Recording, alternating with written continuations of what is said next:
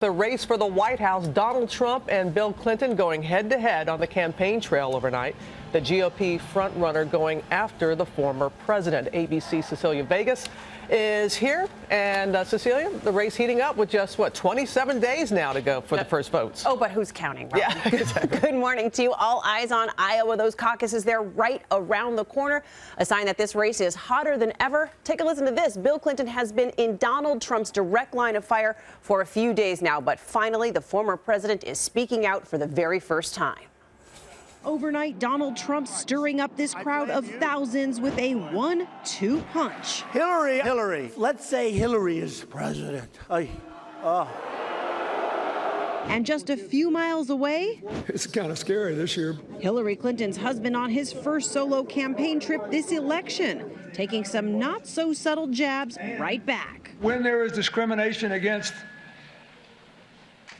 African Americans or Hispanics or Muslims just because of who they are, I don't like that. Bill Clinton not mentioning Trump by name or his recent tactic dredging up those past scandals. This is a woman that has been really an enabler, and that's not a good situation for Hillary. So I asked. Donald Trump says your past is fair game. I've got to ask you, you keep coming up on the trail with him. Is it fair game? And after a long pause, finally an answer. The Republicans have to decide who they want to nominate. I'm trying to tell now the Democrats in the country why I think Hillary would be the best president. And I think there's always attempts to take the election away from the people. Trump taking his offensive to the airwaves, too. And he'll stop illegal immigration by building a wall on our southern border that Mexico will pay for. His first campaign ad just released and already under fire. This image of a flood of immigrants racing toward what appears to be the U.S. border in Mexico. But it turns out this border 5,000 miles away in Morocco.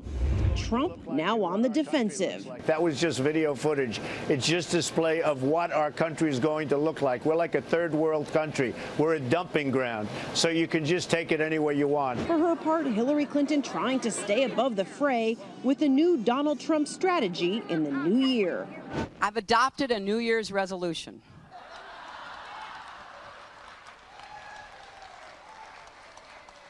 I'm going to let him live in his alternative reality, and I'm not going to respond. Okay, Cecilia, so you see that New Year's resolution from Hillary Clinton, and you could feel Bill Clinton biting his tongue when you asked him that question. Yeah, he seemed to pause. Look, he seemed to be staying on message yesterday. This might be the Bill Clinton of the 2016 race. We talked yesterday about how he got in trouble in 2008 for going off message. This time around, I think you're probably going to see a more subdued Bill Clinton, at least for the time being.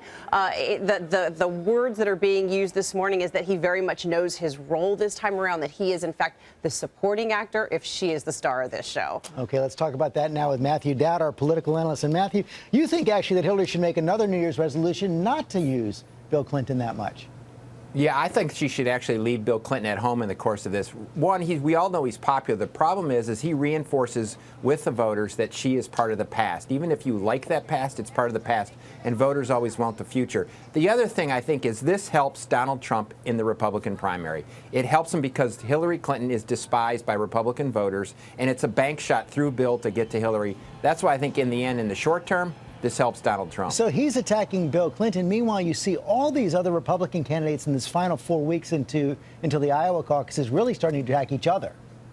Yeah, we're in the time of the thing where it's musical chairs, but there's no teacher in the classroom to keep the rules. More chairs have been pulled out. There's limited space to see who can stay in the game. But now we have green eggs and ham. We have fantasy football. And so we're at that time where there's limited chairs and people are trying to dance around and get the last few chairs remaining before Iowa and New Hampshire. And the real grudge match you're seeing is this one between Ted Cruz, now leading in Iowa, and Marco Rubio, another 44-year-old Cuban-American senator. They really seem to be fighting it out for that space right behind Donald Trump overall.